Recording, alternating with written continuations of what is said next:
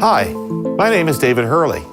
You may have heard of me from contexts such as running political campaigns, commenting on politics on the CBC, or my recent podcast, The Herle Burly.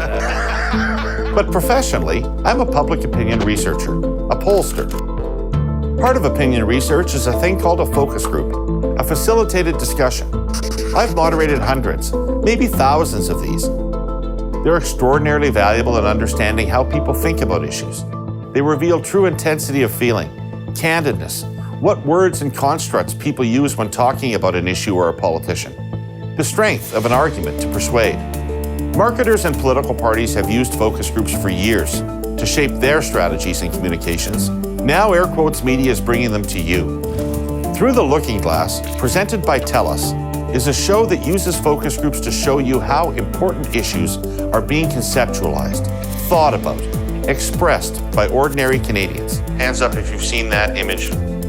I don't think it's all hockey and Tim Hortons. We're going through genocide and we're still paying taxes. Many of us now live in silos of our own creation, silos that prevent us from hearing and understanding where people are coming from. You'll see exactly where they're coming from on Through the Looking Glass. No filters, just real talk.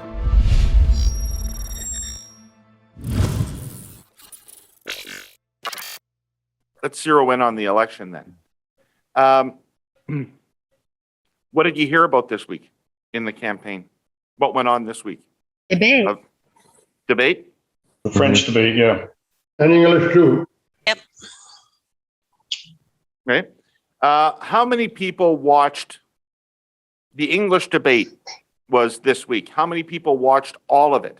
Every minute of it? Put your hand up if you watched every minute of it. Okay. How many people watched some of it, but not all of it? Okay. How many people didn't watch any of it, but saw some clips in the media about it? Okay. All right. So, what do you, based on what you heard or saw, what happened in the debate? Antonio? I found, my perception of kind of what went on was not a lot was really said. It was a pretty lackluster debate as debates go. Why?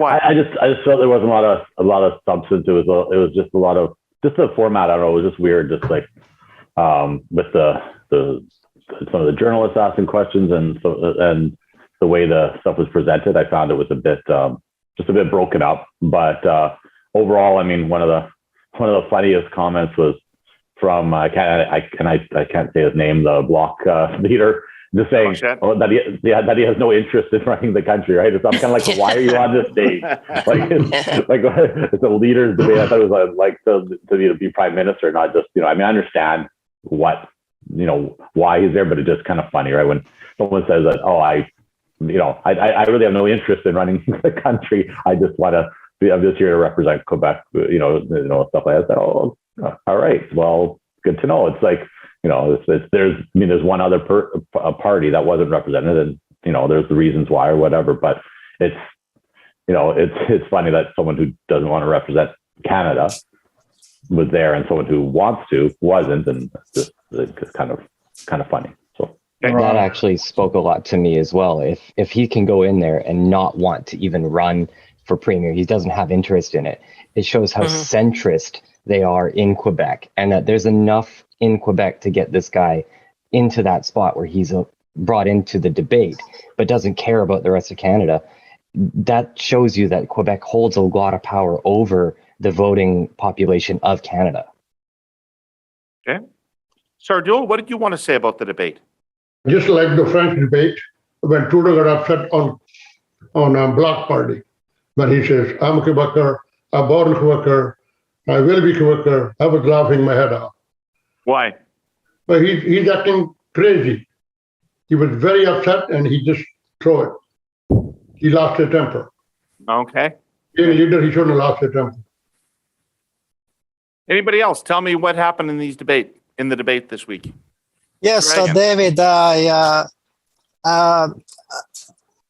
was just so much interruption that I just stopped watching. They were interrupting each other, And more than that, the moderator, the lady moderator, what's even more annoying, to be frank, interrupting, all the candidates. And in my opinion, didn't give them enough time to answer each question. 30 seconds, in my opinion, just not enough. There should have been at least a minute given to each candidate to answer all the questions. So it was the same lady moderator that was doing the same job in the previous election, just kept interrupting. I wish there was a moderator, Steve Paikin, or CTV Kevin Solomon. I don't think they will have interrupted that much, candidates. So it was just a mess. Overall, it was a mess. So what did you take away from that mess, Dragon? What was your takeaway from the mess you watched? Well, I was undecided who to vote this time, even though Jagmeet Singh is still my favorite candidate to win. From watching this debate, I'm just undecided now.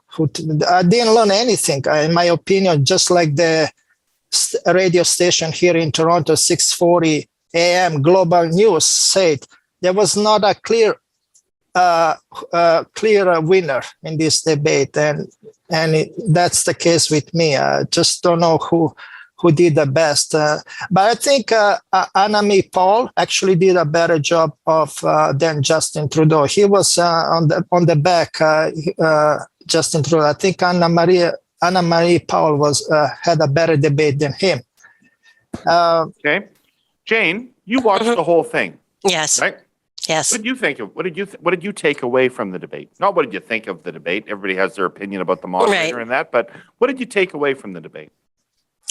It didn't really change my mind at all. I was surprised. Blanchette, although he said some wild things, actually made some really salient points in some things. And Annamie Paul, I thought, was well spoken. The other three, there was a lot of blanket statements said, especially I was surprised that Singh said some of them, and not surprised that O'Toole did. It's the all or nothing thinking, where they were accusing the Liberals, you haven't done anything about this, you haven't done anything about that. And when you look at it, we all know that there has been progress made on these certain things, like the drinking water and women's rights and things like that. I mean, it's the first time we've ever had a cabinet that was 50% female and 50% male. So when they come out and make these blanket statements of you've never done anything, I lose respect for the candidates that do that, because it's not true. And there were some lies, some out and out lies that were spoken during the debate, and I have no respect for that either. So yeah, but all in all, it didn't change my views. Okay, so Jane, you've been mostly pulling for the Liberal Party to win this election campaign. How did you feel about the Prime Minister in the debate?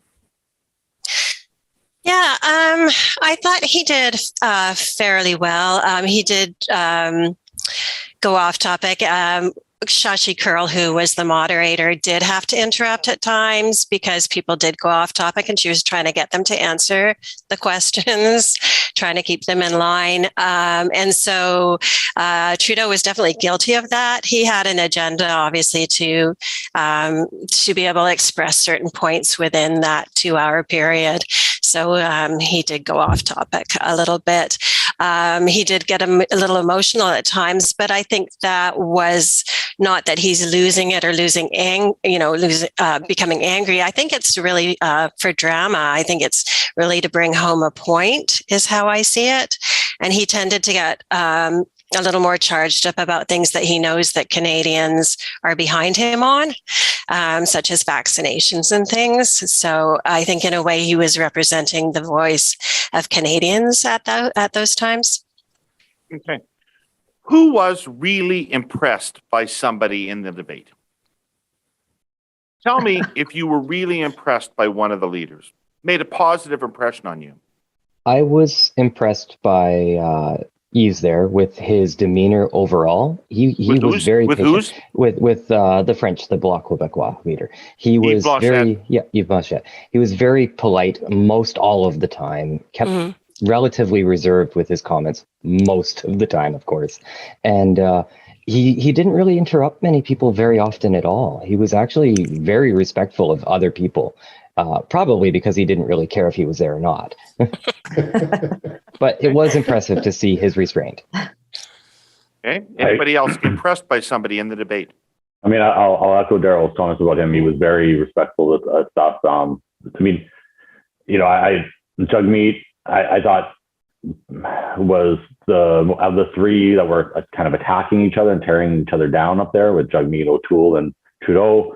He was maybe the most polite of the time, like trying to keep to his time and not interrupting, where I found Trudeau was the rudest for talking over people, for going overtime and then the biggest thing is going just off topic of the question. But I know you're asking who was most impressed. I mean, no one majorly impressed me. I was happy with Jugmeat's performance, that he wasn't interrupting and going over time, and like Daryl said, the respect that Yves and Annie gave too, right? Okay. Anybody else impressed by somebody in the debates? Sony. To be honest, that's okay. I unfortunately did not watch the debates.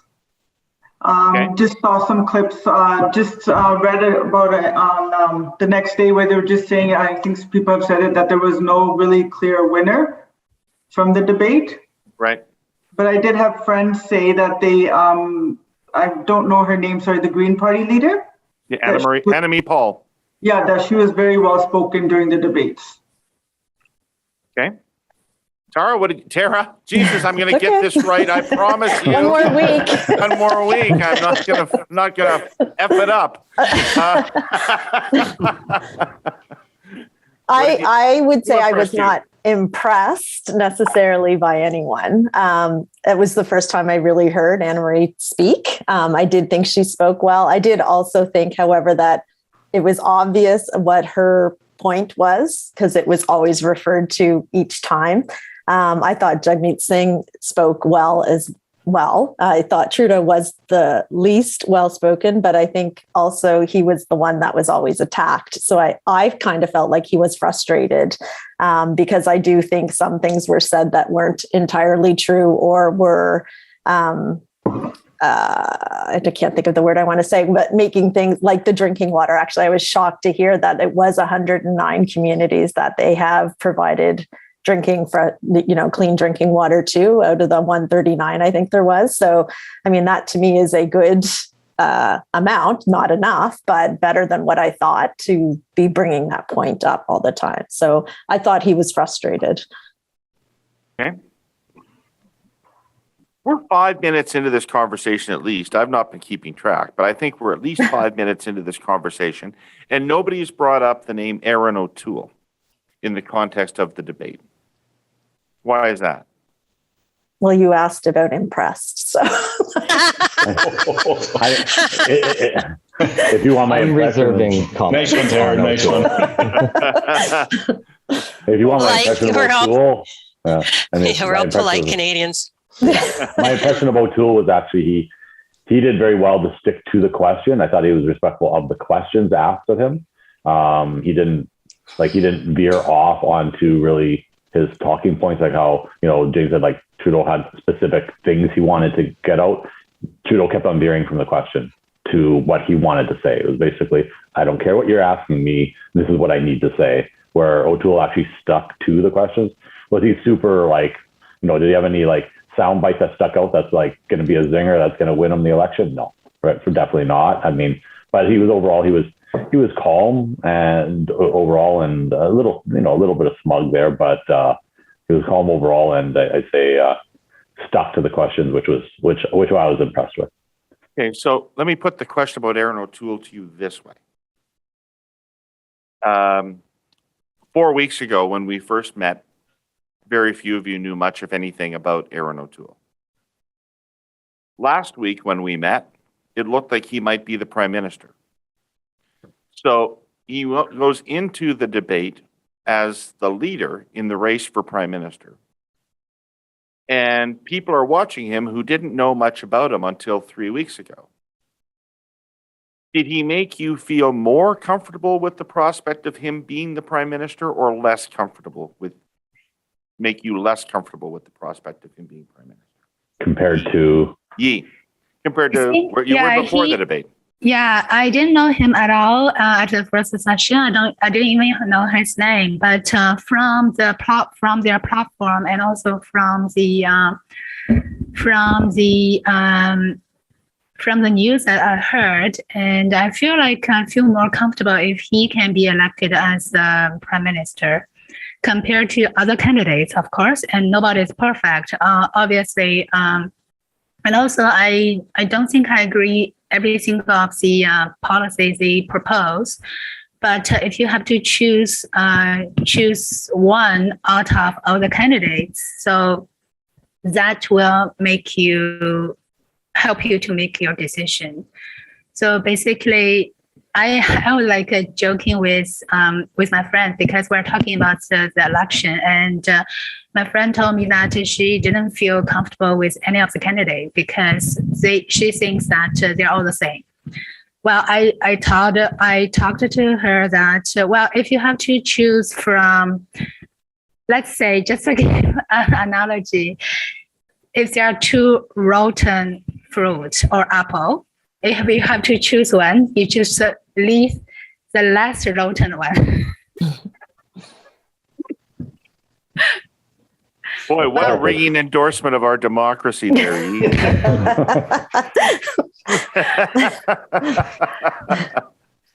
Hey, Art, getting more comfortable with the prospect of Prime Minister O'Toole, or less comfortable with the prospect of Prime Minister O'Toole? The same. I don't think. I think as Canadians, we're pretty resilient. I think no matter who gets elected, we're gonna survive and still go forward. As far as the debates, I think Mr. O'Toole knew that the other candidates were going to be going after Mr. Trudeau. So I think his strategy was just to lay back and let them tear Mr. Trudeau apart and hope to pick up some votes that way. Hey, everybody, look who showed up. It's Cece. Cece found time for our gathering in her busy schedule. No, well, for some reason I thought this starts at 11 and not 10:30, according to the track record. All right, you called us on it, Cece. Hey, did you watch the debate this week? Not really. I was on vacation, but I had a snapshot of it, like summary through the news. That's about it, but not the whole debate from end to end. Okay, and based on what you heard and what you know about it, what do you think happened in that debate?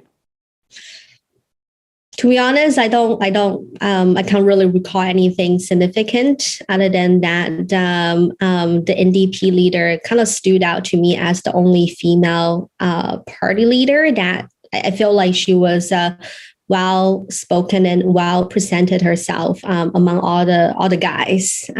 So. Green Party, not NDP. Yeah, the Green Party. Yeah. Anna Maple. We've been talking the last little while about perception versus reality, what we think versus what actually is. Here's a good one. Perception. Kale, a popular member of the cabbage family, is good tasting and good for you. Reality. Kale is inedible and quite possibly evil. If you manage to choke it down, and the deers in our area don't even try to, be prepared for possible bloating and taste bud anger management. Most of us think of our presenting sponsor, Telus, as a Canadian telco. But the reality is, Telus is a technology company that's worldwide in scope, with social purpose at the core of what they do. So let me tell you about Telus International, which went public earlier this year. Telus International uses applied digital technology, including artificial intelligence and machine learning, to help businesses all over the world, including many in Canada, to better connect with their customers and operate far more efficiently. That leads to growth on both the top and bottom lines. So why is this important right now? Well, like you might expect, COVID provides some context. Digital adoption has accelerated by 7 years over the course of the pandemic. I'm betting that most of you are living that reality right now in how you work, what you buy, and how you connect. Which means these innovative technology-driven solutions developed by Telus in Canada are more important than ever. Sure, Telus could spend their money on sports franchises and media properties like their competitors, but they don't. Instead, Telus would rather invest in industries like healthcare, agriculture, and so many more to make people's lives better. Go to telus.com to learn more. Daryl, haven't really heard from you. What's your takeaway after this week of politicking and the debates happening? I was listening a lot to O'Toole because I didn't know much about him. So I'm really kind of focused on what he's saying. And one of the things that really stood out that I really kind of chuckled a bit about is it really feels like he's literally taken the Liberal platform from when Trudeau first came in. And I'll use the soundbite that we all know. Trudeau said the budget will balance itself. And O'Toole is saying exactly that, but not in those words. He's saying we're going to grow the economy and the budget will be balanced. He's literally taken the Liberal platform and made it his own. But he can't admit it because they're conservatives. It would go against their blue blood. They just can't say it, right?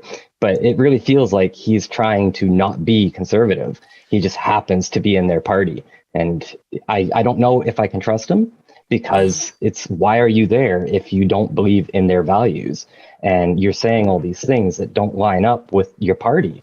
So there's that. And then I also have a hard time with him.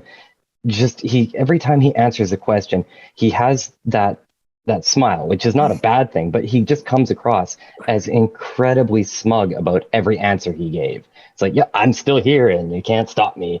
I'm not sure why he has that demeanor about him.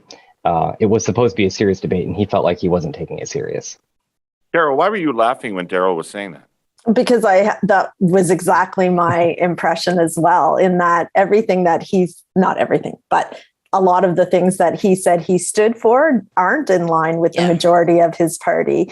And the same with the smug, which is the first thing I thought about him. I feel like was it Kim Campbell that was the leader of the Liberals for that short time when they totally demolished her? I can't remember. I think it was her. Oh, the Conservatives. Okay, yeah, when they totally demolished her. And I feel like he is another one of their people he chose for whatever reason, good looks, I don't know, was in the armed forces and put him up there and said, okay, you're going to say these things, and he's doing it. So I kind of the same thing, felt like I don't trust him even more. And they called him out on some of the topics, right? Like with the LGBTQ community and what his views are versus the party that obviously voted against all of these things. And he didn't answer. He didn't say how he was going to control or change his party's views. So yeah, it scared me again.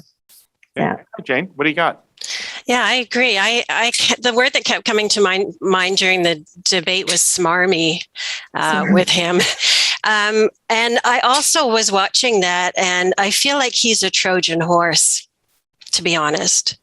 So he's been, I've noticed over the last year, I think he's had a lot of coaching, and I think he's been working with image experts. And he's coming off as very moderate and very centrist. But if you look behind that facade and you look at what that party represents, and the vast majority of the party is not in line with what he's saying. He's up there as a figurehead saying, oh, yes, we're moderate. We believe in women's rights and everything. But yeah, we do know that party, and they're the ones that are going to be voting on things. And they're going to be the ones that, have the big say in Parliament. We know that most of the party is anti-abortion. We know that most of the party agrees with conversion therapy for LGBTQ. We know that most of the party doesn't believe that there's climate change. We know a good amount of the party doesn't believe in vaccines. He couldn't even say how many of his MPs had been inoculated against COVID. So what he's coming out and saying is different. I think it's like that Trojan horse where he's up front, they wheel him into Parliament, and then all these other people will come out of the horse with very different views. So I find it, I find him very untrustworthy because of that. I think it's very dishonest to the Canadian public. Thank you. Sarduo, people here are laying a beating on Aaron O'Toole. Can you defend him? That's fine. What I was thinking is, in both debates, nobody bring the money Trudeau put away like we charities and all that stuff. And I think this is true. He throw money out, and he don't care. That's not his money. That's our money. And nobody bring that up. What do you think about O'Toole? O'Toole do a wonderful job. I'm very impressed with him. I don't know what you people thinking. Trudeau reminded me the Indian politics. Give people money. Don't give them a job. Don't give them anything. Let them sit home. Be lazy. More unemployed. And everybody asking for employees. Nobody come out for what? Because sitting home make money. That's Trudeau's fault. He throw money out like he grab one hand and throw other hand. He don't know where the money come from. They're talking about house prices. Nobody say nothing. They only come once. And he don't seem to be any attention to him because he's rich. He born rich, so he don't care about the poor people. He's also rich. So I think he didn't do a good job, and everybody jumping him, they have right to jump on him. He was very upset in the debate, and you should see his face. He's always excited and not supposed to say the thing he said it. So I'm pretty sure number one is O'Toole, number two is Jagmeet. He's the number 3 or 4 in the list to me. Okay. So what I want to do now is show you some clips from the debate and talk about what you think, what you take away from those clips. How do you interpret them? What do you think of the leader's response? And how does it impact on you and your thinking about the leaders and about the election? And I think the most fair way to do that out of the debate is, rather than me arbitrarily selecting clips that may or may not show people in a favorable or unfavorable light, each of the leaders was asked an opening question by the moderator. So I'm going to show you each of the responses in order to the moderator's opening question, and we'll discuss it that way. Mr. Singh, you are popular and you inspire many Canadians, but your platform is full of big promises. And when it comes to how you'll pay for it all, there's not a lot of details. Given this, how can Canadians know that you are really ready to lead? I really appreciate the question, and I want to say good evening to everyone tuning in. There is a serious question that people are asking themselves in this election. They're wondering who's going to pay the price of this pandemic and the recovery. And we do have bold plans about how we can invest in people.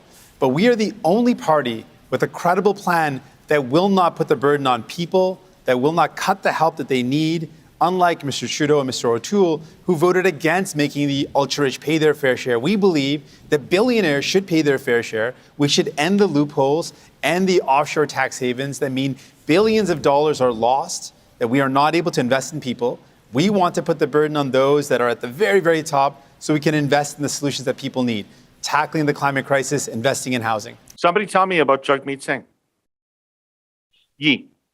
I think this strategy to tax ultra-rich people, although I'm not ultra-rich, but I think it's realistic because there's millions of ways for the rich people. They can have, not saying they don't pay tax, but there are millions of ways for them to avoid paying tax because of all this financial arrangement, trust, and life insurance, just to name a few of the options. So actually, they can fund a foundation. They can transfer all the money they have to the foundation, and they can only donate 5% of the money to the charity, and for the rest, they can manage them themselves. So in such a way, there's no way you can tax ultra-rich people. Okay. Art? My concern is just how much revenue they think they're going to get from taxing ultra-rich. Are they really going to get enough to pay for all these promises? Like, I know there's, he says billions. Are they really going to get that much revenue from taxing the ultra-rich? I don't think they're that's going to pay for everything they're talking about. I think they're still either going to have to cut services or raise taxes on the average citizen. Tony, what did you think of Jagmeet Singh in that exchange? I kind of agree with what Art's saying, that how much is he thinking that he will get from billions, like taxing them? I found that his answers were a little bit general. Like, it's just, he kind of didn't say how we were going to do it, just kind of reiterated what he said in the past. Yeah. Okay. Cece? I agree. I agree with both Art and Sony's comment that his response are very general, like, taxing the ultra rich. I agree with that strategy, but the single as the art, like, the ultra rich are rich for a reason. They hire experts to help them to manage their wealth and help them minimize their tax. They have the resource and finance to do that. So I highly doubt that there will be enough to cover for all the expenses from the pandemic. So that alone is not convincing. That strategy alone is not convincing enough for me to say that he has a good plan. So that made me feel like he doesn't really have a good plan. So he's just making promises like everyone else. Okay. Anybody have a different take on that exchange involving Jagmeet Singh? Tara? I liked it myself. But I've already said that point. My first thing about our country is not balancing the budget. My first thing is taking care of people. He actually made me, that speech, not just that one, but the other things he said, pushed him ahead actually for me, considering before. And I think the big thing for me was the ultra rich statement. And it reminded me of the Liberals, who I did not vote for 1 year and actually voted Conservative when it came to the taxes rebates that the Liberals took out, that the PC party actually put in regarding sports and music and those types of tax refunds we'd get. Because although I'm not in a rich group, I do have 4 children, and all of those things were very helpful to me. So I liked his statement. I thought he was well spoken, and he did answer the question to me more so than the others did. Okay. Jane? Yeah, I mean, I agree with what he's saying, and I think they do need to curb the offshore tax havens. They need to figure out how to keep the tax money in Canada. But I think it was a little problematic because his party hasn't come out with a budget yet. The Conservatives finally dropped to their budget this week, which interestingly enough is exactly the same amount of spending as the Liberal budget. They're both set at $78 billion.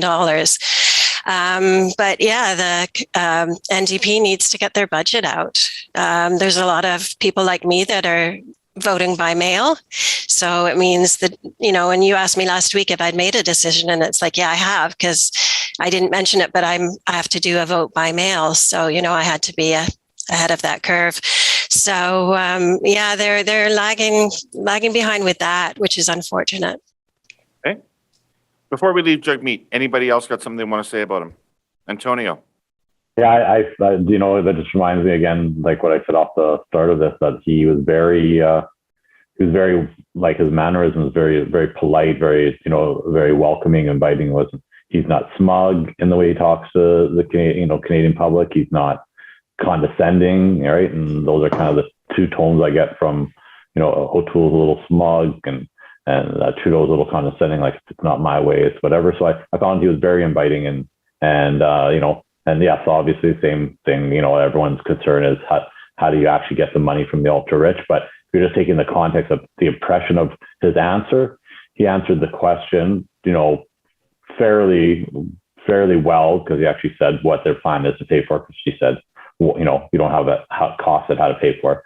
So he gave a, albeit like Tara said, general, but he did answer the question and spoke, with a nice tone and directly to the Canadian people. So many people agree with Antonio that whether or not you think the answer is substantive enough, that Jagmeet Singh is a very likable guy. Yeah.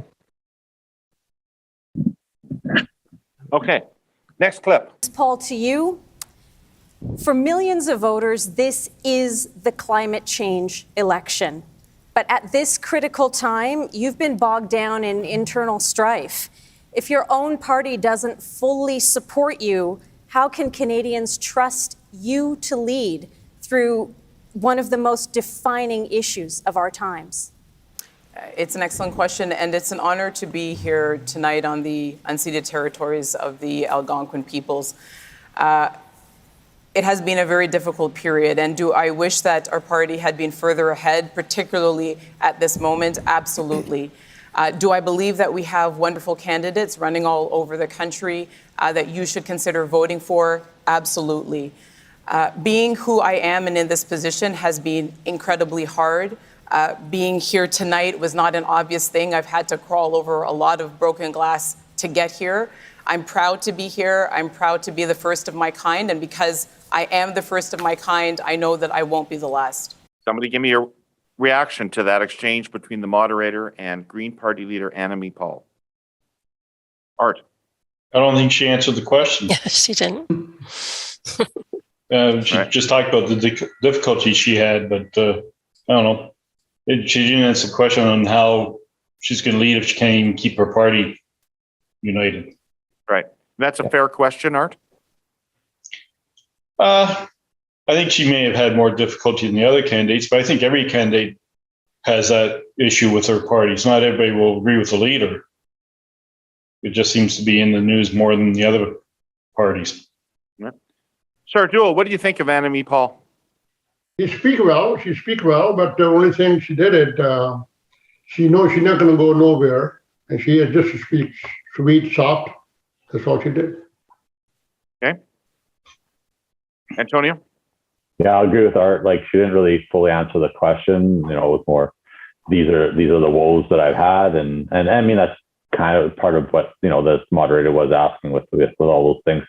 You know, and your question to Art, is it a fair thing? I mean, I think it is, because as a leader of the party, whether I don't like the Conservatives, and I don't like, you know, a lot of stuff people were saying about O'Toole. Sometimes the party leader's job is to drag the party with him, kicking and screaming, and make them vote in line with what the edict of the party is, or, you know, stuff. And so sometimes, you know, a leader has to command that thing, and you can only hope, if we end up with a Conservative government, that O'Toole would do that to his. But for her, I think she hasn't been able to wrangle her caucus and get the support of everybody enough to really give confidence.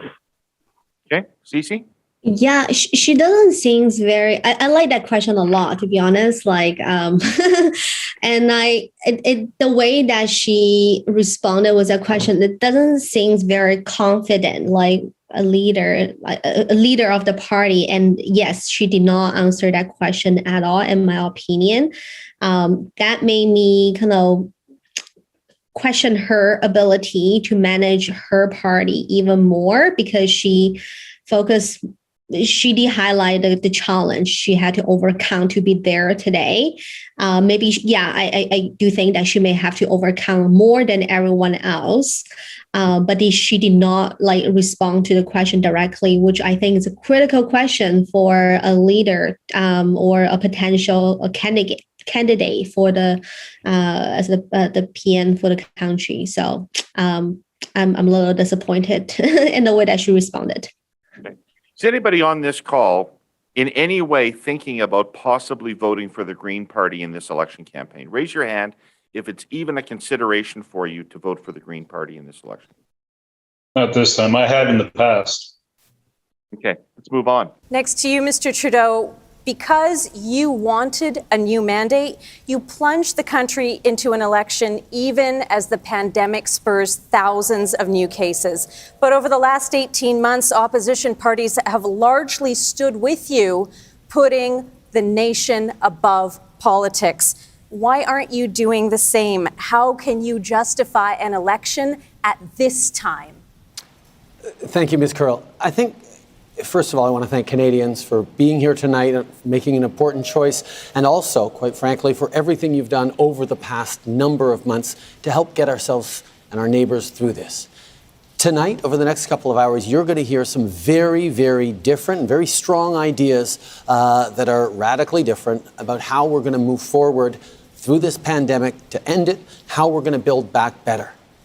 Those decisions are going to be taken by your government now, in the coming weeks, this fall, not a year from now, not 2 years from now. Could it not have waited a few months, Mr. Trudeau? I know you want to go harder and faster on vaccinations. I know you want to go harder and faster on climate change, and you get to choose exactly that in this election. Okay. Talk to me of Mr. Trudeau. Sardul. He didn't answer the question. Why he called the election? No. He didn't answer the question? No. He spoke for a long time. What did he say? That's what he spoke. He's going around the ground wrong. He didn't answer the question. You know he got beat on it. Somebody else, just jump in. I love the question of the moderator partway through, just saying, well, you know, you had the support of everybody. You were getting, like, everyone was putting politics aside and doing what was best for the country. And that there's no response to that. There's no honest response to what his little bit was, give me the mandate to move forward. Now we were moving forward, and he was being supported by the other parties in a nonpartisan way through this pandemic. And come on, it's disingenuous that it's like he was being blocked all the time on the stuff to get out of the pandemic and to control the pandemic, that he needs to get a new mandate, and that's untruthful, and I think it's just, you know, just silly. So anyways, Jane. My memory tells me that he was actually, it took longer to get things through, and that Aaron O'Toole did a fair amount of grandstanding. Don't argue with Antonio, Jane. Tell me what you thought of Trudeau. Oh, because so I thought it was kind of like, yeah, he didn't come right out and say, I need the power to go on and make these decisions without being blocked and without taking that extra time trying to get these bills through Parliament. But that was the reading between the lines, is basically he came out and was saying it in a nice way without attacking right from the start, and saying, listen, I need this so that we can get things done. Like he said, we can do it faster and get those things in place. So that's how I interpreted it. Right. But he's not persuading you on that. You just don't care about that much, right? I don't care about what? The timing of the election. He's not really persuading you. No, well, I wasn't in favor of an election right now. No, I understand why he's doing it. And that is the reason he's doing it, because I think, according to the polls, the Liberals were in a substantial enough lead. He was probably advised to do that at this time. When I heard about it, I rolled my eyes like everybody else. That's the last thing I wanted to be doing right now during a pandemic, even though I understand the reason for it. So no, I wasn't in favor of having an election right now. Daryl, what do you think of Mr. Trudeau's response to the moderator?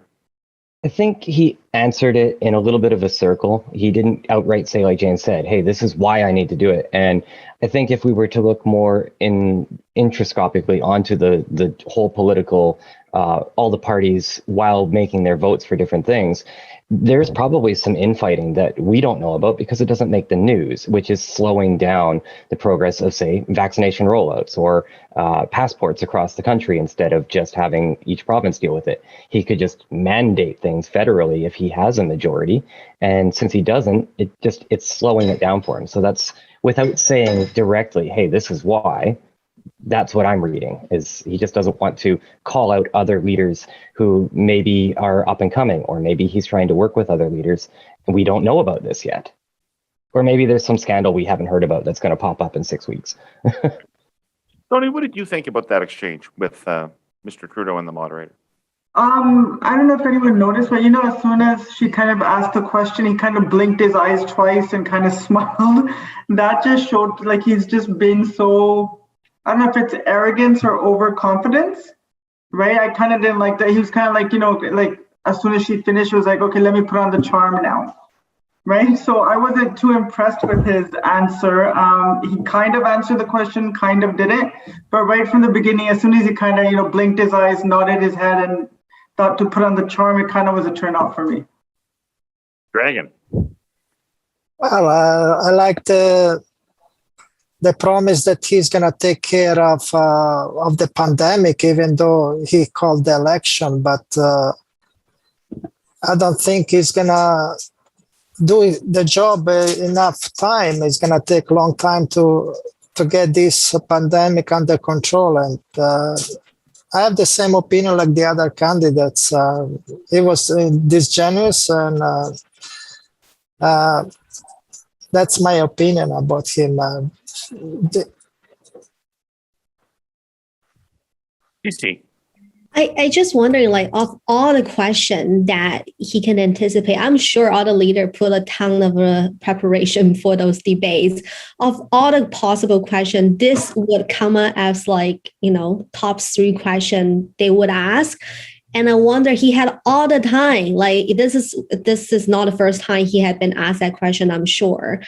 And I wonder why he didn't just address the question, like, be transparent. Why exactly? Or is it because it's, from a more of a selfish aspect?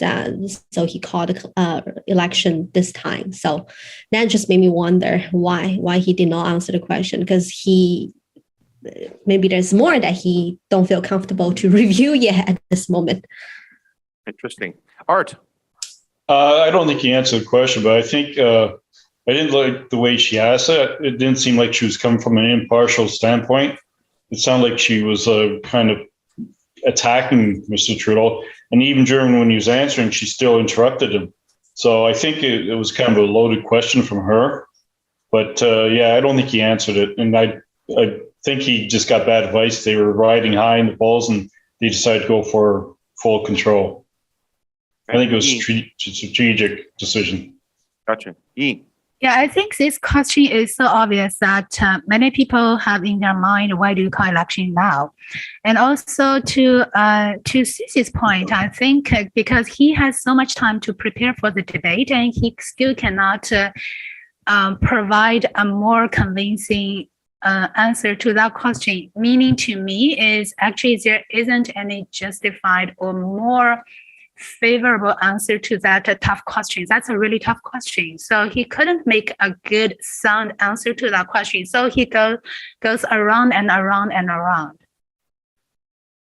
Okay. Nobody really feels here that he really put that question to bed and answered it in a way that sort of answers it. What does that tell you about him and this election? And does it matter? Why does it matter? Now that we're in a campaign, why does it matter why we're in a campaign? Kara, what are you thinking about all that? I guess overall it doesn't matter now. If your one decision for choosing him, not choosing Liberal is because he called it. It is what it is, I guess. And so to me, it's move on and what do we do now? And what are your thoughts now and where are you going?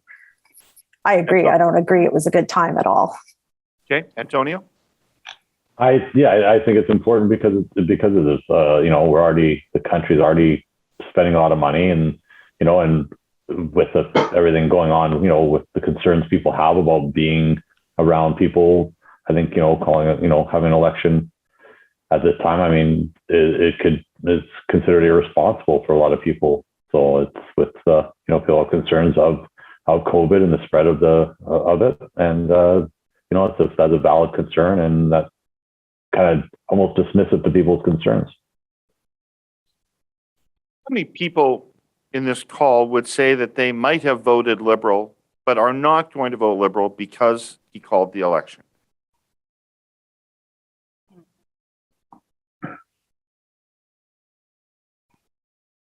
I wouldn't say it's the overriding factor for me. Right. Okay.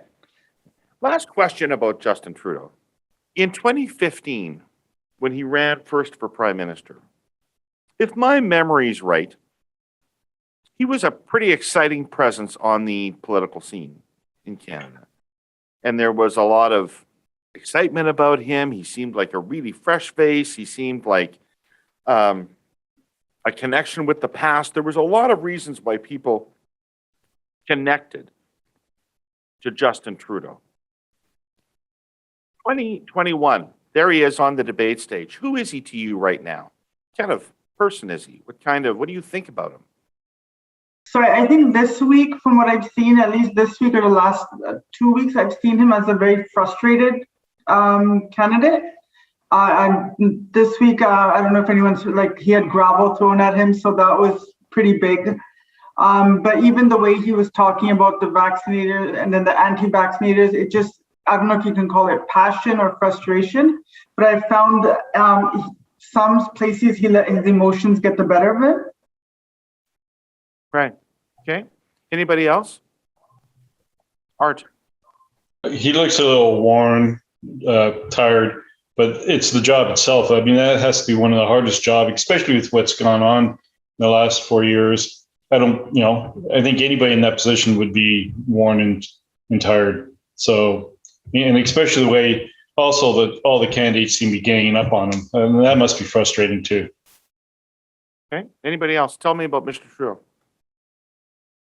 Well, David, he looked more tired to me this week than previous weeks, and obviously he's frustrated. It's not as exciting like 4 years ago. Obviously, he's been frustrated with the public throwing the rocks at him, and not rocks, but gravel, and so he looks to me tired and on the ropes. Erin O'Toole is gaining. Creeping under him, and perhaps he may even win. I'm very surprised. That's my opinion about Justin Trudeau. He looks very tired. Thank you for showing this clip again. I totally forgot to mention earlier. Okay, Sardul? What I saw it, if I'm right, in 2015 when he ran for a election, he was fresh and Mr. Harper was tired. Now he's the other way around. He's tired.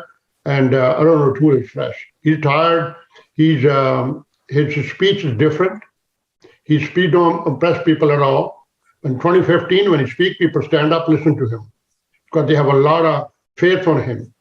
And now slowly, he's losing his faith, and he's facing for it. That's what's happening. Okay, Antonio. Yeah, I mean, I kind of was like what Sardul said. I mean, in 2015, no disrespect to Trudeau, but I mean, yes, he was a fresh face, but it was basically anybody but Harper at that point is where the Canadian public was at. So, I mean, they put someone who had name recognition in there, who didn't have, what they thought was a lot of, scandals in his skeletons in the closet. I think over the past 6 years and to this point now, I think people kind of become wise to Trudeau and his party and his behavior. So I think that's for me the difference. Not the look of him different, fresh face, but it's just the fact that at that time, like anyone with a clear record who wasn't of the establishment of the previous Liberal would have had a really good shot against Harper. And I think now, he sees he's more embattled now. Jane, who's 2021 Justin Trudeau to you? He's someone that's more seasoned. When he came in 2015, I was very unsure about him.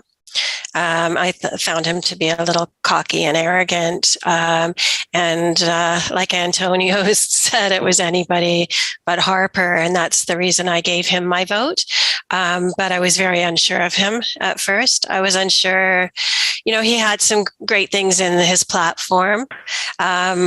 Especially, the promise to put 50% to have his cabinet balanced, male and female 50-50. So there was some things there, but I questioned his ability to do the job. And I think 6 years later, I have a lot more faith in him. I think he is seasoned. Yeah, I don't think that was a good picture of him, that screenshot. I didn't think at the debate, I watched it for 2 hours, I didn't find him to be tired at all. I think it was just that shot, which is a little misleading. But no, he's to me, he's proven that he is actually able to lead the country. He is able to be a presence on the global stage. So I have a lot more faith now in Trudeau 2021 in those abilities to lead us and get us out of the pandemic. Yeah. Right. E? I think from that picture, not only shows that he is tired, but also from what I know that a lot of people are tired of him. All right, let's move on to our next clip. Mr. O'Toole, you recommend vaccinations, but you won't make your candidates get them. You have a climate plan, but you won't dump a candidate that shares climate conspiracies. You're on record supporting the LGBTQ2 community, but you allowed half your MPs to vote against legislation protecting them. Tell me, how can voters trust that it's you and not your caucus that will be in charge of a conservative policy agenda? Well, thank you, Ms. Curl. I'm a new leader of the Conservative Party, and we have a plan to get the country back on its feet after a difficult 18 months in this crisis. I'm a pro-choice ally to the LGBTQ community. That comes from my service in the military, where I served alongside people from all backgrounds, all orientations, putting the country first. And our platform, including a detailed plan on climate change, is about making sure we secure the future. Jobs, accountability, national leadership on mental health. So is it you, sir, or your caucus that's driving the bus? I am driving the bus to make sure we get this country back on track. And I'm here to defend the rights of all Canadians, women, members of the LGBTQ community, Indigenous Canadians. I want to make sure we all secure a future together. All right. Who wants to tell me about Mr. O'Toole? Sounds good. I like it. Yeah. Let's buy two. Daryl, start off, Daryl. Start off. You go. I'll buy two of what he's selling because it sounds great. But there's no follow-up. There's no substance to what he's selling. I feel like it's just going to be a cheap Chinese product. Once I get it, it's going to fall apart. Why? Sorry, what are you reading into what he said? As we've discussed, his party just doesn't follow him. It doesn't sound like he's actually driving the bus. He's just got his foot on the accelerator and hoping they don't fly off the cliff. Sorry, not cliff.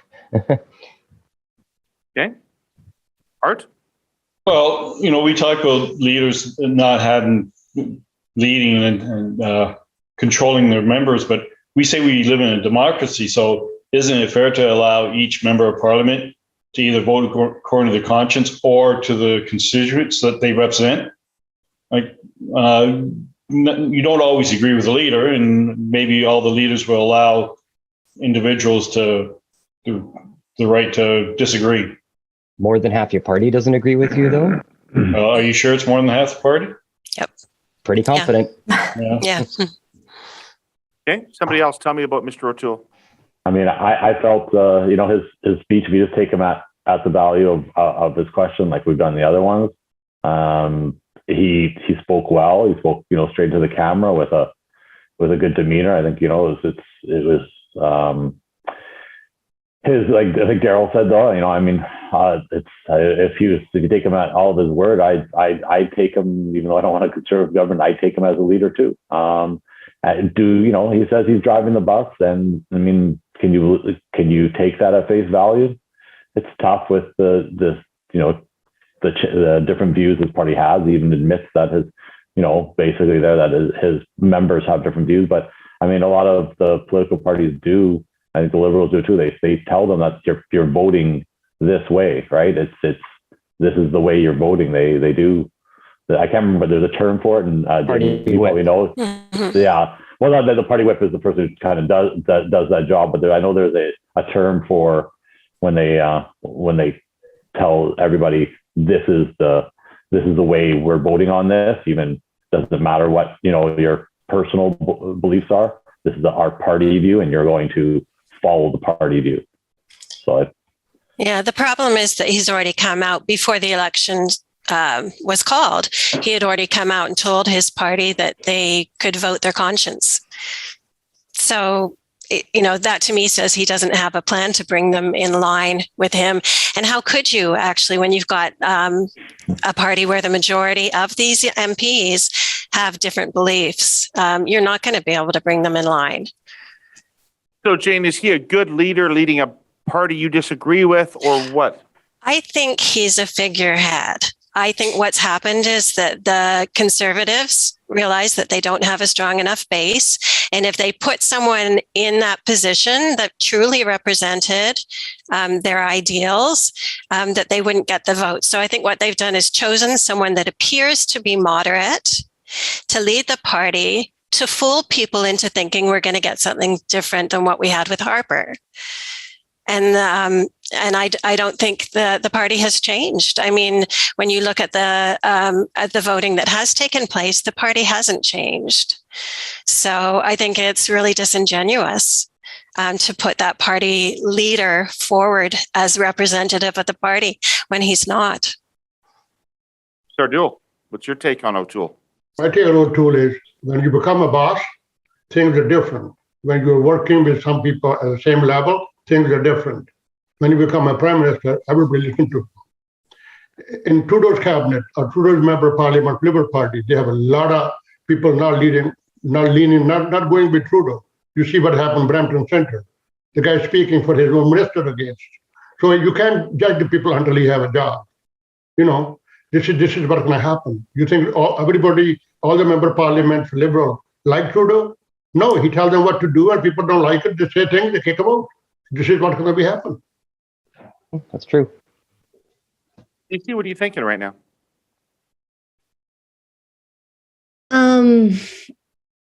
Again, I don't feel like that was a very convincing answer to me, and I don't. Yeah, I just feel like none of all the clips that like you have shown in the previous in the current round. All the leaders, none of them had answered the question like directly. They all seems to have something, pre-scripted in their head, and they know they will be asked those questions. I don't think any of those questions are surprise, and interesting enough, none of them addressed it directly. And based on O'Toole's response, it's concerning, right? Like, I don't think he has a plan or even has the ability to make sure that, like, to lead his party, right? I really feel like now we're just voting for, if he were to be selected as the next MP, I really feel like we're just selecting a spokesperson, and he's not necessarily kind of representing, or the party is not necessarily behind him supporting every single thing that he is saying. So how can I trust someone that don't even have the support of the majority of his party? Okay, Greg, what do you think of O'Toole? Well, I like that he mentioned that he's going on the side of LGBTQ and background in the military. But I don't think he's going to be enough good leader to lead this country. He's a very well-spoken leader. I don't think because he's not. I don't think because it's more on the not for. In my opinion, he's not a good candidate to lead this country because he's not that generous to me to be a good leader. Tony, what do you think? I agree with some of what Jane was saying. I think the Conservatives he's a representative, but whether or not he represents what the Conservatives stand for is a question mark. Kind of seems like, he's saying one thing, the party's saying one thing. So how can you get the party aligned? So I feel like it would be kind of like he's being used as a puppet, maybe for what the party wants to put out there. Okay. So you don't think he's in charge of them. You think they're in charge of him. Yes. Okay. Dara. I also think like that. So they asked Trudeau, why did you do this? And Anna Marie, how are you going to bring your party together? And he got, who is going to drive the bus? What's he going to say? Them? Like, that's an obvious answer. There wasn't even really a question there. To me, it was, what else is he going to say in that? Right. Yeah. But did he convince you of his own values and that he would be a different kind of conservative than maybe you're used to?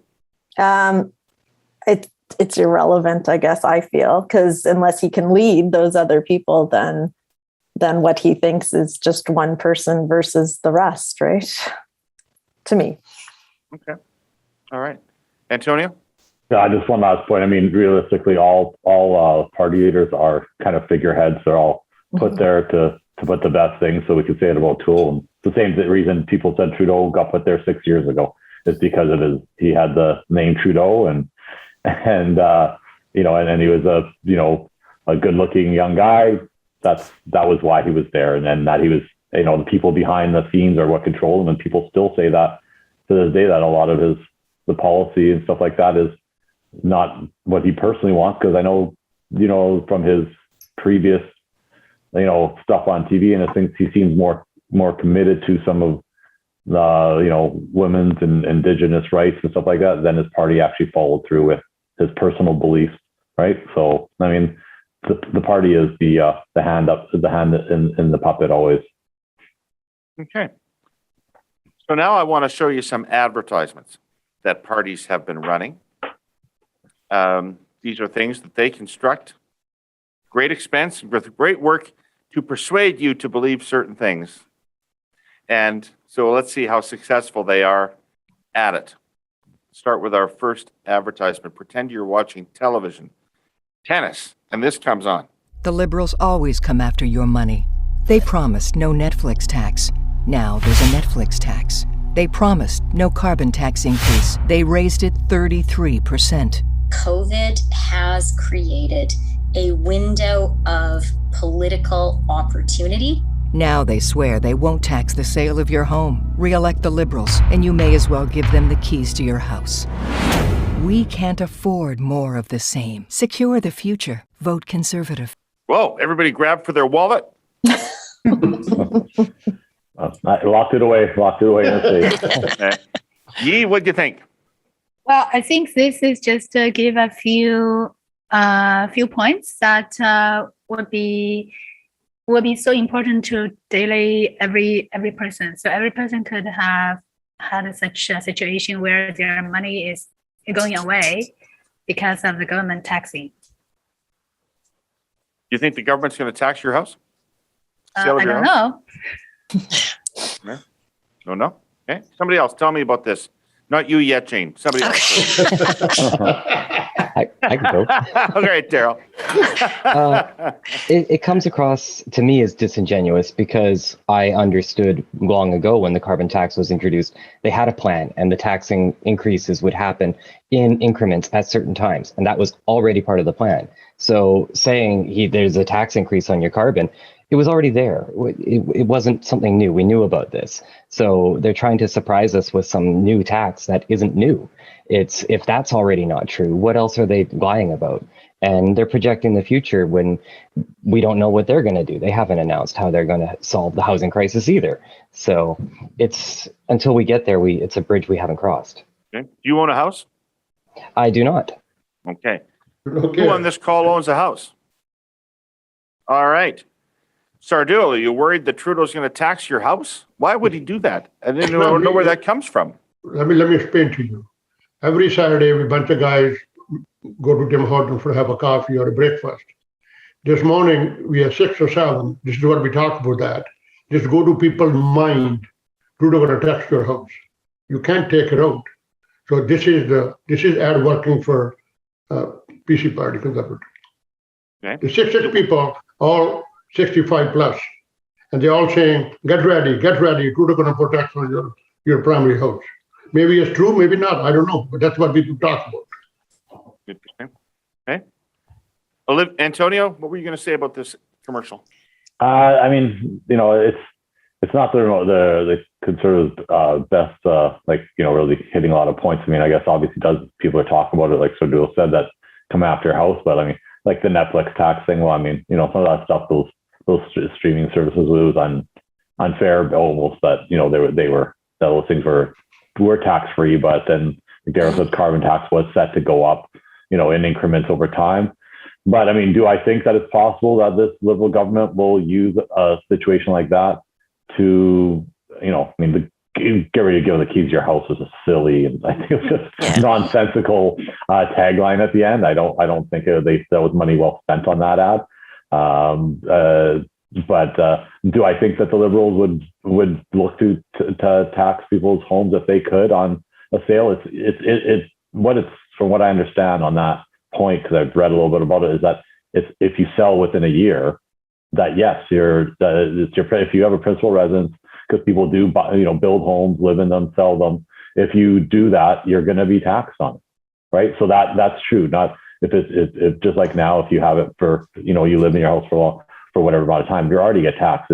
If you only live in it for a certain amount of time and you rent it out the time that it was your principal residence compared to not is the time that you have to pay capital gains. So that sort of mechanism is already there. And I could see them tweaking it to try and squeeze more money, because it's just like with the Liberals and income tax. Instead of going after big people, they went after like crazy a couple of years ago. They went after people who are a lot of single mothers and students who work in serving jobs. They went after them for tips. They audited places. They audited the casinos and restaurants, and they spent all this time and effort going after the little people to get a little bit extra dollars that people maybe weren't claiming of cash tips and stuff. Because I have intimate, someone close to me had that happen in their industry, so I know it's true. They went after them, and it was just ridiculous. Can I interject one quick point on that? Just that, remember, the middle class base is massive. So yeah, it's one little guy, might be $100, but times millions, rather than just a few very rich people. Art. Yes. What do you think of the ad? I think it was misleading. Are you worried that they are going to tax the sale of your house? No, because as Antonio said, there's already a tax there you sell within a year. And they did that to stop people from flipping houses that are driving up the prices. I read a little bit about this week and all that, and a lot of the senior citizens, that's the equity that they're going to retire on. So I don't think the Liberals will go after it. It would have to be extreme circumstances that they need to do something like that. But no, I'm not. Yeah, I don't buy that. That's what they're trying to do. How many people think you'll pay higher taxes under Trudeau than you would under O'Toole?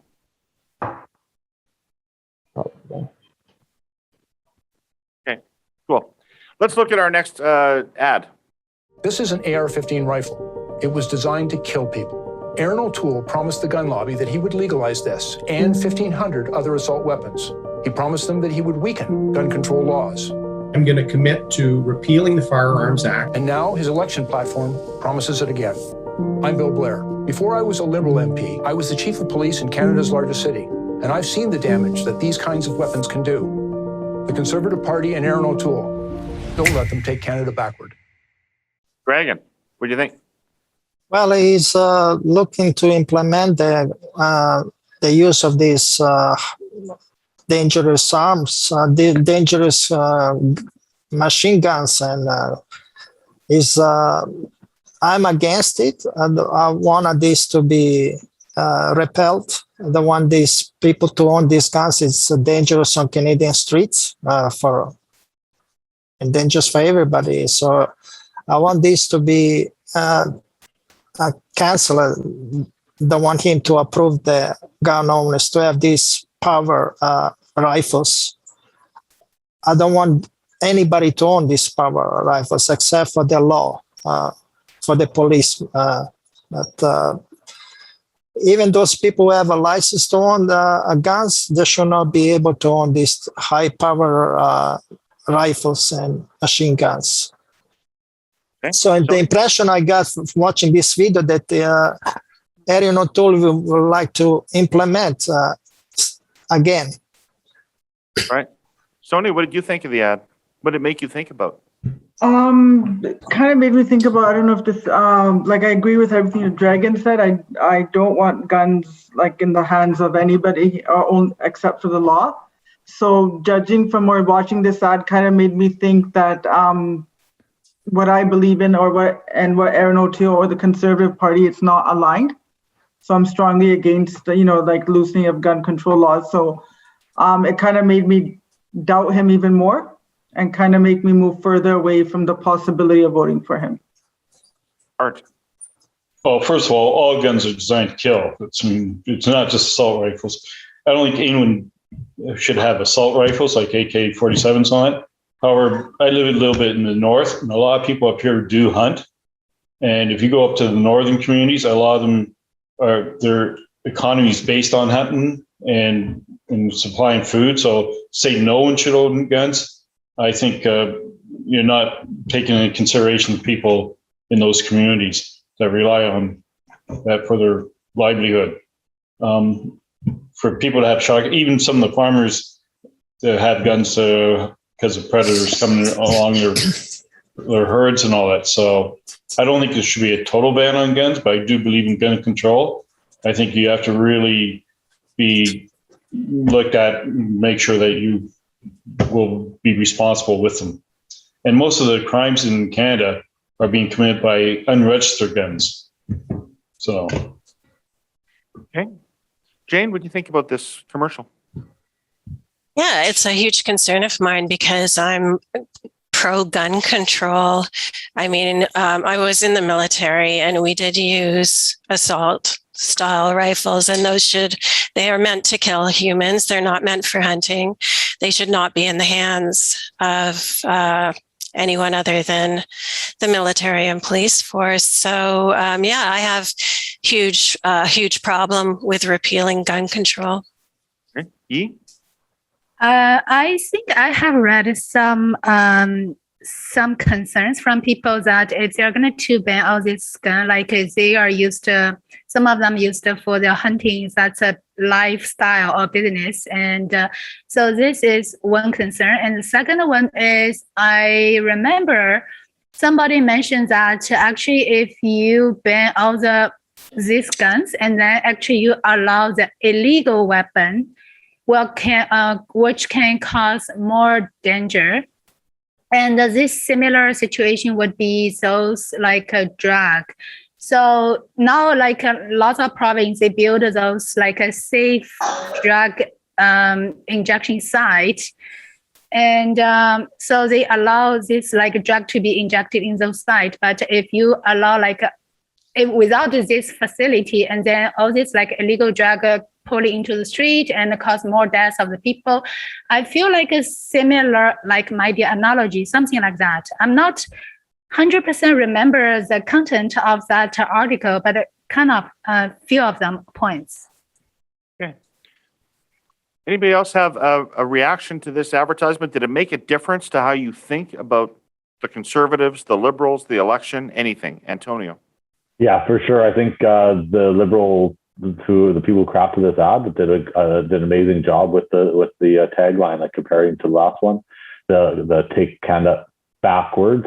I think was a genius by the whoever's constructing the stuff for the Liberals. I think that was great. I think it's hard hitting for anybody who's leaning maybe towards conservative that were Liberal. That it puts them back to the Liberals, I would say, because no one wants to, that same backwards thing, that because there's a lot of rhetoric about that, about how what's happened in the States and how the Conservatives there want to take their country backwards to, the dark ages of the 50s or whatever, and having the police officer, speak to the assault weapon stuff was also hard hitting for me, because it's someone who, it's not just like me or you saying, well, assault weapons are bad or stuff like that. It's a police officer saying that he's seen the damage that it can do. So, I mean, for a long time, I was very pro, why should anyone own a gun? But again, like Art said, I know a lot of people who do hunt and then their livelihoods, revolve around that. So there's some disingenuous because obviously it's an ad. They're not going to tell you the complete truth because they're trying to sway your opinion. But there is some, there's some disingenuous at some of these things that assault style. Because remember, assault style does not mean assault weapon. So there's a big difference because assault weapons are already not legal in Canada, right? Assault style weapons, a lot of them are hunting rifles with basically a cosmetic look. They have the same thing as a regular hunting rifle, the same, capacity to shoot, like magazine size and velocity, which is really what an actual, when you want to talk about assault weapons, that's what really, they're scarier looking. The stuff I've learned and been educated over the years comparatively to what an actual assault weapon to assault style weapon is. Shardul, does this ad make you worry about the Conservatives being in office? I don't think so. I tell you why. When Mr. Trudeau bring the legal for the drugs, to open up all the stores and everything, drug is more available on the streets than you ever think of that before. If you go in big cities like Toronto, Vancouver, Montreal, all the drug dealers are walking. If you see it at the border, how many times the people get caught bringing drugs over. So it's just up to the individual what he can manage. You make all the laws you want, but you don't get strict on the border, don't get strict with the police officer, with the public. The thing's going to keep going on. Okay. Now, the next video I have to show you is 2 minutes long. So settle in. Settle in and enjoy and appreciate what you're about to see, and then we'll talk about it when we come back. Under this government, we are witnessing the most sustained, unprecedented series of frontal attacks against our prosperity, our rights and freedoms in our lifetime. And it has all happened in less than 18 months. We went from 2 weeks to flatten the curve to a segregated society in the blink of an eye. It's time to choose something different. The People's Party has opposed authoritarian lockdown measures from the very beginning of the pandemic. We are the only party with a realistic approach and recognize that we must learn to live with this virus, not destroy our society and economy in a vain attempt to eliminate it. We are the only party that puts our rights and freedoms front and center.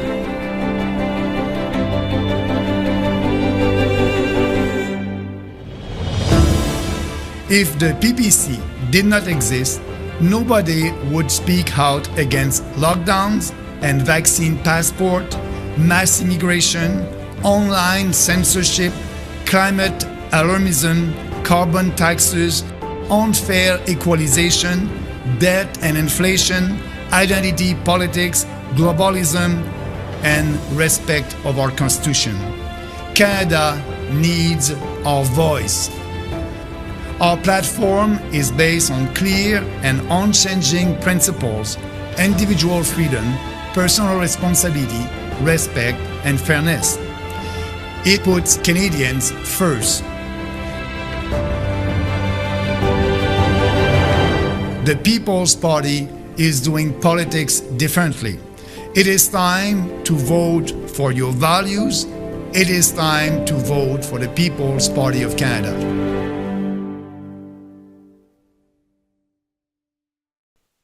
Who found something in there that appealed to them? Tony.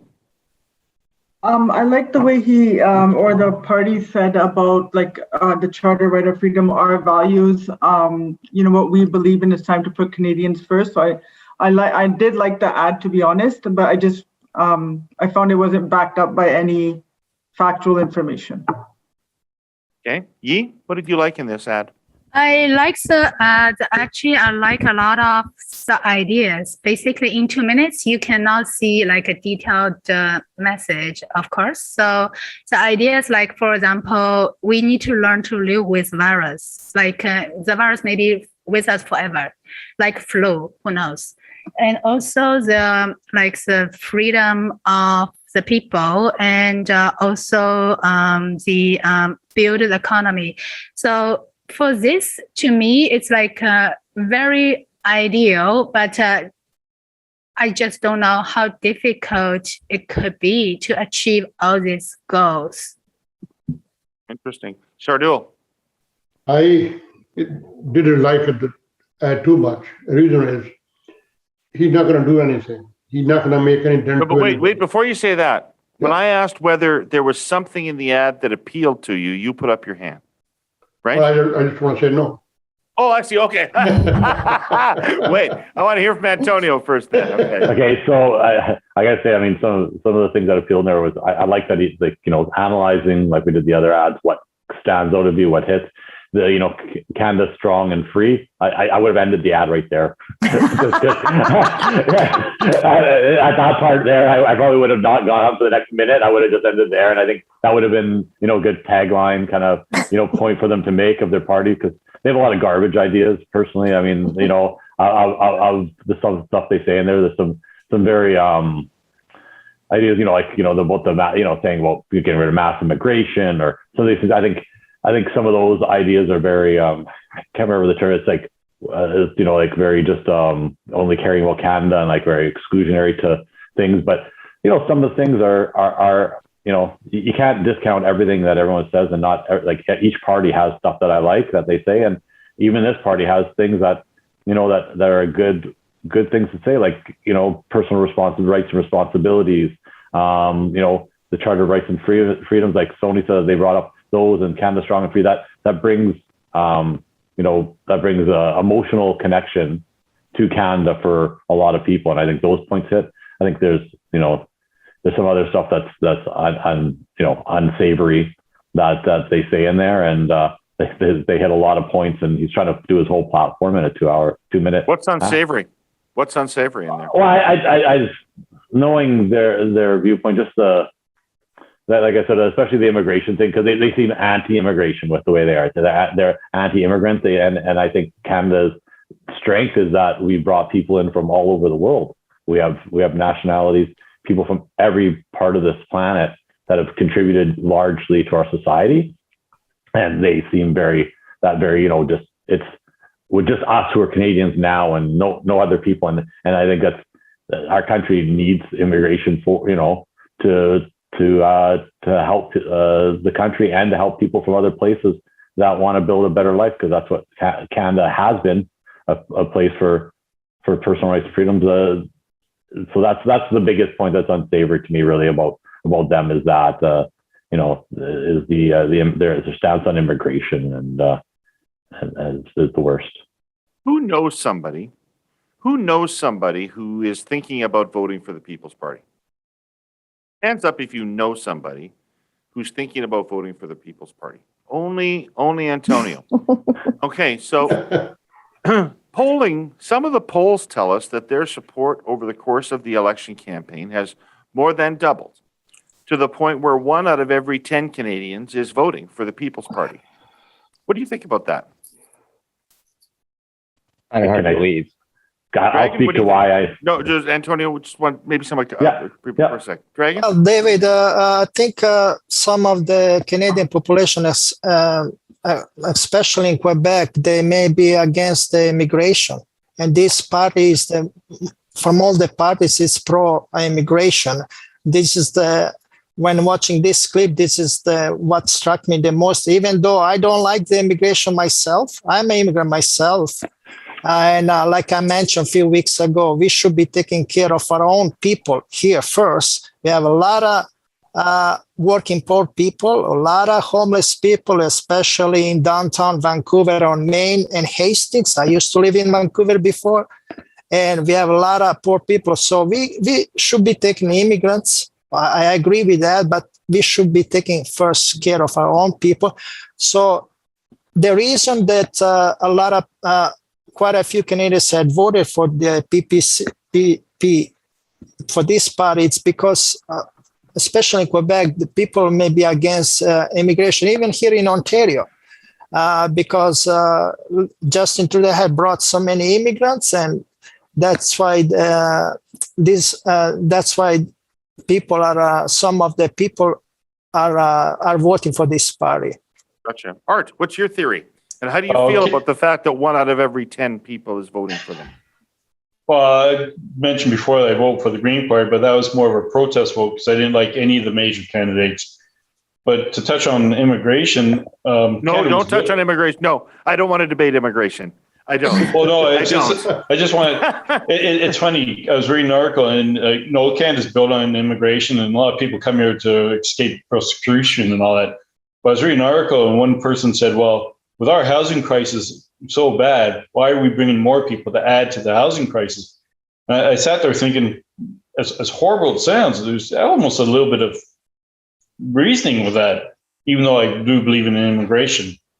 So yeah, so I can see how some people are turning away from having so many people immigrant until the conditions in Canada are better. So 1 in 10, I think it is a little extreme, but I can see more people going that way. Tara, why do you think that message is appealing to some Canadians? I don't know. It scares the hell out of me, I'll be honest. And even talking about rights and responsibilities, I find sometimes people are going too far to their rights and they don't take the responsibility. And even the word personal responsibility, well, that deals with myself, but we have a community responsibility and we have a responsibility to everybody within this country. And I believe that is totally different than looking at one's individual rights. I think we are much more than one person. And that is why Canada is the way Canada is. And I feel that party is totally opposite of what Canada is and our Charter of Rights and Freedoms. Art wants to jump back in, and then Daryl. Thank you, Tara. I agree with Tara. When they talked about the COVID and all that, it got to the point where our healthcare system was on the verge of collapse. So the government's had to bring in some stern measures to prop it up. I mean, you had a lot of operations that were being canceled because they were dealing with people, victims of the COVID. So to say personal rights and all that, sometimes, I think I've mentioned before, sometimes our rights and privileges have to be circumvented for the greater good of the community. So I agree with what Tara was saying.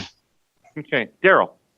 I'm actually shocked and appalled that they even brought up the Charter of Rights and Freedoms that were being crushed on our personal rights and freedoms, because they clearly haven't read the Charter of Rights and Freedoms. I actually keep it on my phone because I reference it so often lately. There is mandates in there when an emergency situation is in. We don't carry those same rights and freedoms. That is taken because of our mandate to protect every Canadian. And I'm certain that Jane could put it a lot more eloquently than I could because of her background with the military. But they clearly haven't read it. They don't understand it.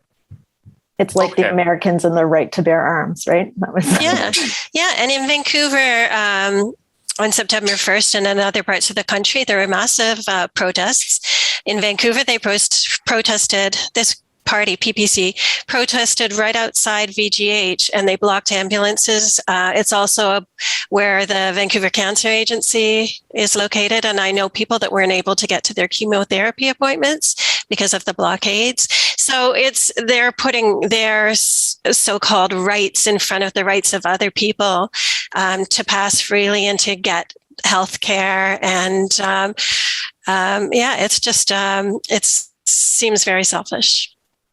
They believe their rights and freedoms trump my own rights and freedoms. Exactly. Where do they line up, and why is one better than another? And there isn't a reason. They just want. Mm-hmm. Anybody else got a thought about the People's Party before we move on?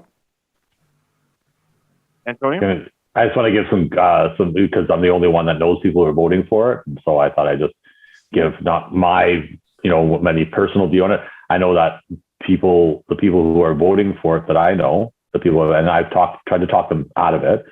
So to be clear, is just that, I tell everyone your vote is yours, do what you want. But but I try and give reasons why they shouldn't, maybe, vote for that party. But I understand where the reasoning that they're coming from, is because people are frustrated with what they feel like is government overreach. And some of these people are not, just to be clear, like I know people who are vaccinated who are against the vaccine passport. And that's why a lot of these people who are voting are against the system of vaccine passport, because that's what the PPC is against. And that is really the only thing I try to tell people: elections are more than one issue, right? You should be voting based on more than one single issue. I feel it's, that one issue is not good enough reason to vote for that party to give them more strength and voice. But that is the overreaching, because I know multiple people who've expressed a thing, and it's that they feel that government, not just with the vaccine passport, but even overall, is overstepping into totalitarian type ground. Now, I'm not saying these are my views. I'm telling you what, because, none of you here know anybody who's voting other than maybe David might, but everyone else in this panel has not indicated they know anyone. And I do. And I think it's important that people understand and empathize with that. Just because people are in a minority of the population does not make them wrong, does not make their feelings any less valid, that they feel that the government is going in maybe a direction of totalitarianism. That's of too much control over people's lives, whether it's, and like I said, again, I'll just say they're not anti-vax, but they're anti-control, anti-passport, because they're worried about, well, if it's that now, how long is it going to stay? Is it going to be forever that I have to, I have to take an annual yearly flu shot and have it on my vaccine passport? These are the conversations that they have. I engage people in conversations to understand their opinions on all sides, right? Conservative, liberal, whatever. And that is the reasoning why. So people need to understand that there's a large concern. It's obviously, as polling is right, it's 10% of our population. Okay. Thank you very much for that, Antonio. Has anybody here ever heard of something called the Rebel or Rebel News? Hands up if you've heard of the Rebel. Right? What is it, Art? It's I guess you could say, right-wing news outlet. Their views are definitely right-wing. I watched them a little bit when they were talking about the homeless camped out on Toronto City Hall. All that. That's what got me interested. They're on YouTube quite a bit. Okay. Anybody ever heard of Ezra Levant? If you haven't heard of the Rebel, have you ever heard of Ezra Levant? Okay. All right. So I just want to take 1 minute, a clip here of the Prime Minister being asked a question by Rebel News after the debate. Hello, thank you. Mr. Trudeau, the only reason that I'm allowed to ask you this question is because today the federal court ruled that the government doesn't have the right to determine who is or is not a journalist. This is the second election in a row that the court had to overturn your government. Do you still insist on being able to make that decision, and why? First of all, questions around accreditation were handled by the press gallery and the consortium of networks who have strong perspectives on quality journalism and the important information that is shared with Canadians. The reality is organizations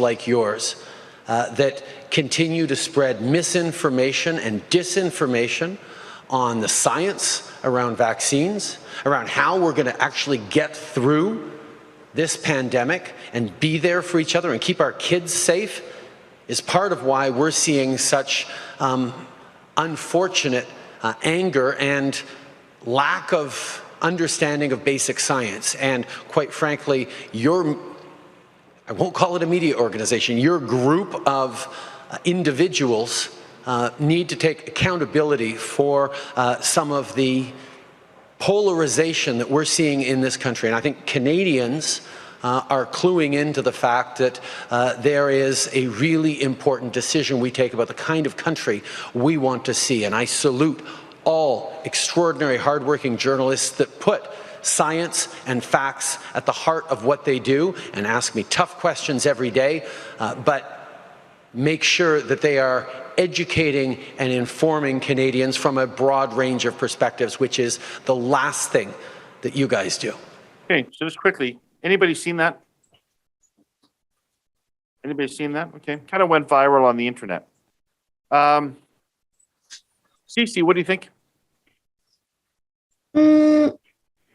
I think Trudeau has a really strong opinion towards vaccination, and I think he expressed that, but I think he maybe could have done a better job without making me feel like it's a personal attack of the person who asked the question.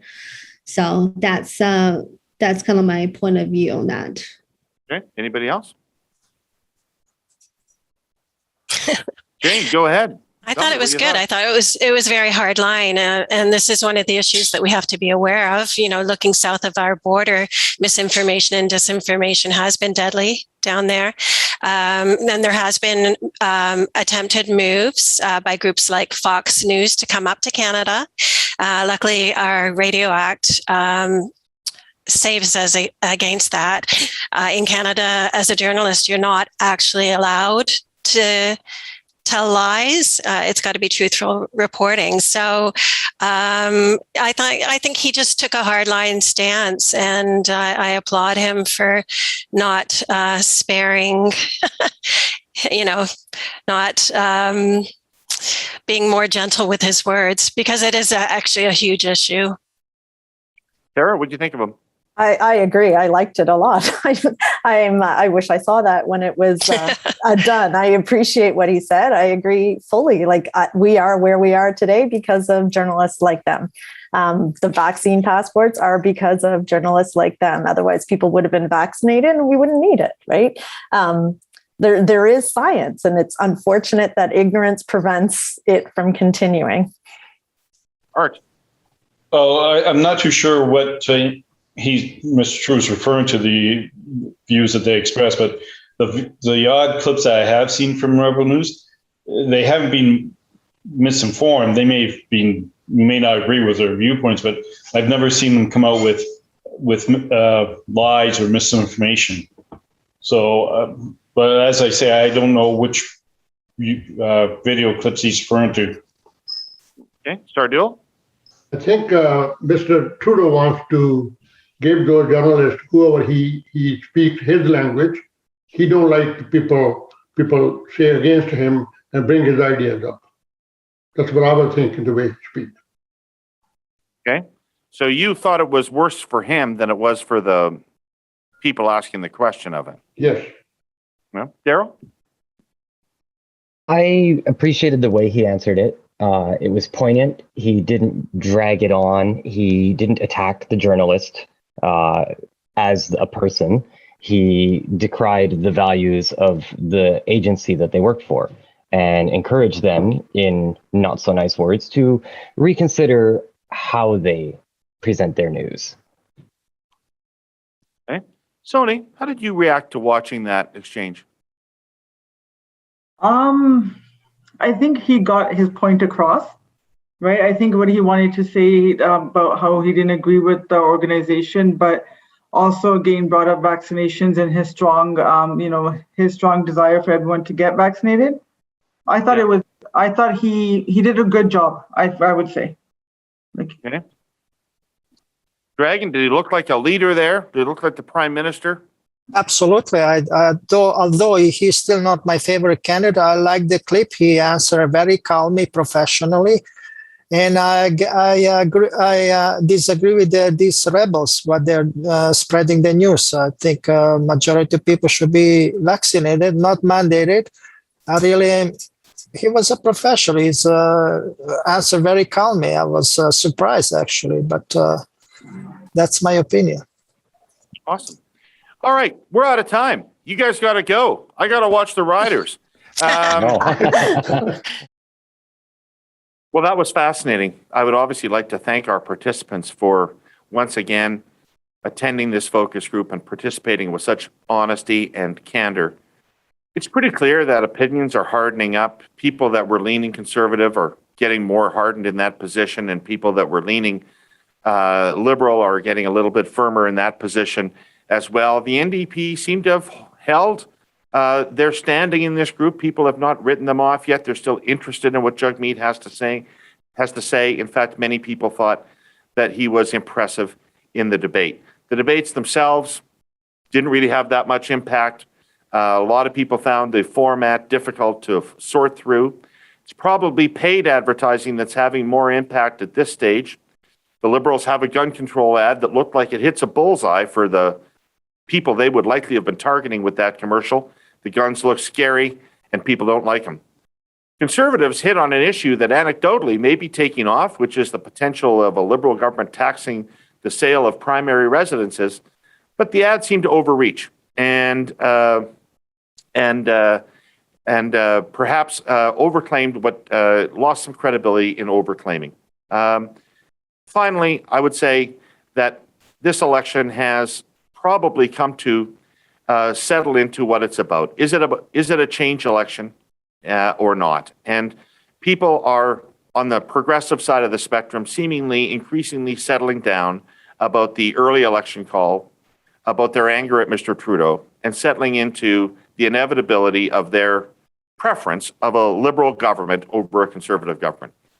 On the other side, Conservatives are more determined than ever that there is a need for change, that Mr. Trudeau does not have the answers. And so we're headed toward a polarized result, but it looked to me like Mr. Toole has had the most difficulty in overcoming the attitudes about his party. And that while he has himself consistently, to people's understanding, portrayed himself as a moderate on issues that the Conservative Party traditionally concerns people about, they haven't been persuaded that he's going to be able to manage that party and direct policy in a way that makes them comfortable. The reach for moderate voters may have failed. Thank you all for watching. Thank Telus, our presenting sponsor, without whom this would not be possible. We'll be back next week with one last check-in with these folks before voting day. Thank you for joining us today, and I hope you'll join us next week with Through the Looking Glass on the Herle Burly.